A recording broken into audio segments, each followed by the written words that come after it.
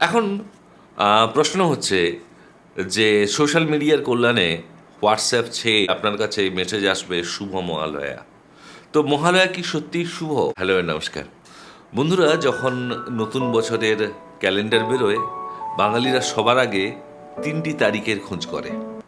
এক হচ্ছে পয়লা বৈশাখ, দুই 25শে বৈশাখ, এবং তৃতীয় হচ্ছে দুর্গাপুজো কবে পড়েছে।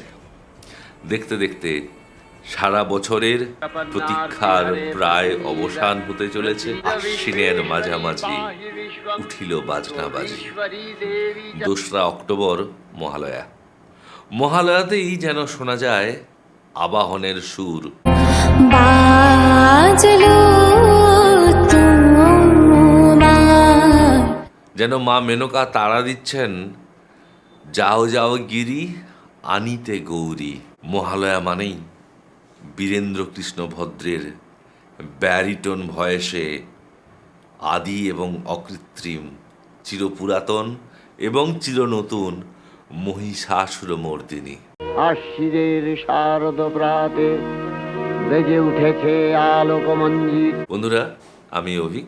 আজকে ছোট্ট করে তিনটি বিষয় আমরা দেখব। এক, মহালয়া ঠিক কী কারণে পালন করা হয়।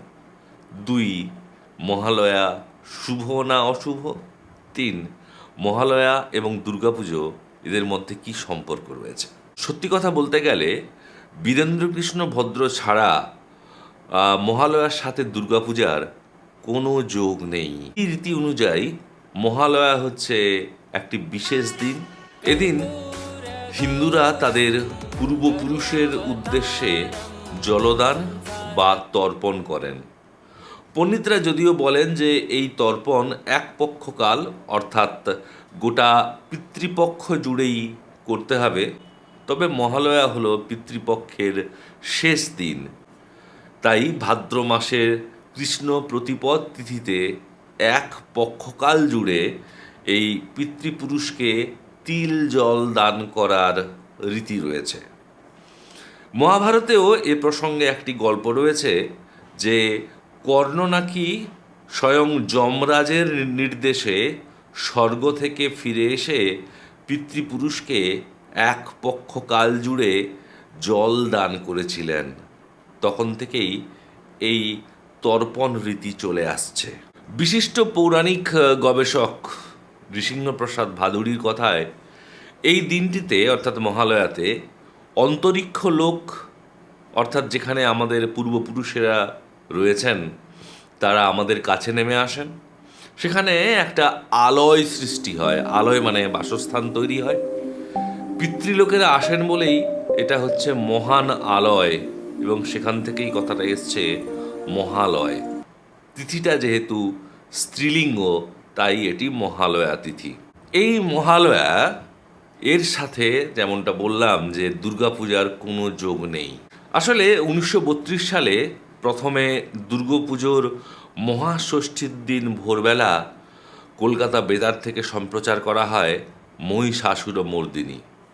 কিন্তু পরের বছর 1933 সালে মহালয়ার ভোরে, অর্থাৎ পিতৃপক্ষের শেষ দিনে, মহিষাসুরমর্দিনী নামে বিশেষ অনুষ্ঠান আকাশবাণী সম্প্রচার করে, যেটা ক্লিক করে যায়। ব্যাস, তারপর থেকেই মহালয়া, যার সাথে দুর্গাপূজার কোনো সম্পর্ক নেই, সেটি দুর্গাপুজোর বঙ্গজীবনের অঙ্গ হয়ে উঠল। আসলে মহালয়া, বীরেন্দ্রকৃষ্ণ ভদ্র এবং এই দুর্গাপুজোর যেটা ভাইব, এটা এমনভাবে জড়িয়ে রয়েছে একে অপরের সাথে যেটা আজ পর্যন্ত পরিবর্তন করা যায়নি।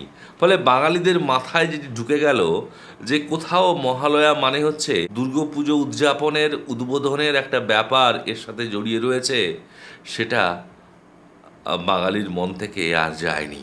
বাঙালিদের সহজ সরল সমীকরণ মতে, যেহেতু পিতৃপক্ষের পরের দিন দেবীপক্ষের সূচনা হয়ে যাচ্ছে, তাই মা আসার প্রস্তুতিরও শুরু হয়ে যায় এবং আমাদের দুর্গা উৎসবেরও আনুষ্ঠানিক সূচনা হয়।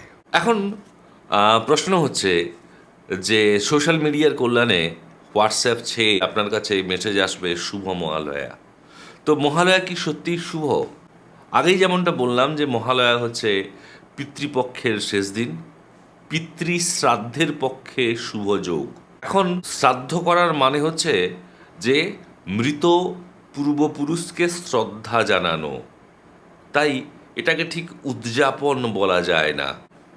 সে কারণে শুভ মহালয়ার শুভেচ্ছা জানানোটা মনে হয় ঠিক শাস্ত্রসম্মত নয়।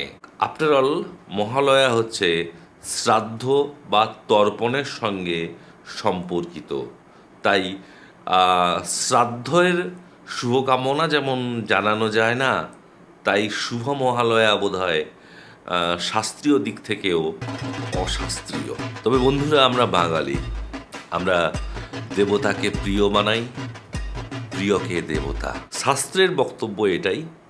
যদি তাতে কেউ অশুভ ভাবেন, সেটাও তার ব্যক্তিগত চিন্তা।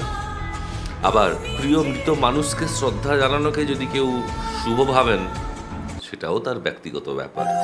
তাই মহালয়া শুভ হতে পারে, এটা ভাবার যেমন কারণ নেই, মহালয়া অশুভ এটাও তেমনি স্বীকার করা যায় না। এবারে আপনিই ঠিক করুন মহালয়ার শুভেচ্ছা জানাবেন কি না। ভালো থাকবেন। আসন্ন পুজোর শুভেচ্ছা এবং ভালোবাসা।